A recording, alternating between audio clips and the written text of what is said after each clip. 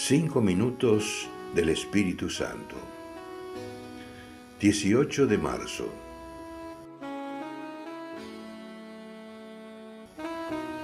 Me regocijo en ti, infinito y glorioso Espíritu. Tú que penetras en lo más íntimo de mi ser, sana las raíces de mi tristeza profunda. Llega hasta el fondo de mis males para que pueda recuperar la verdadera alegría.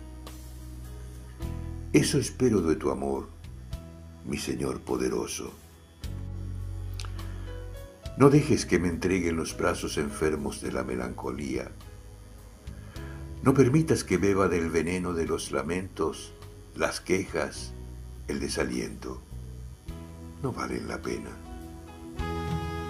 Dame una mirada positiva y optimista.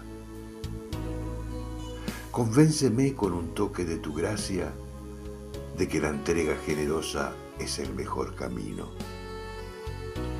Hazme probar el júbilo de Jesús resucitado. Dame la potencia de tu gracia para que todo mi ser sea un testimonio del gozo cristiano.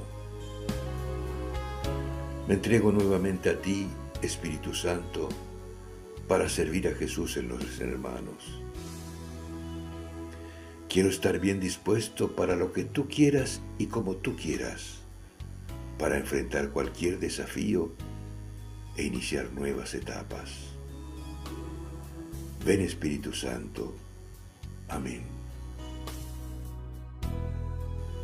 Autor: Cardenal Víctor Manuel Fernández.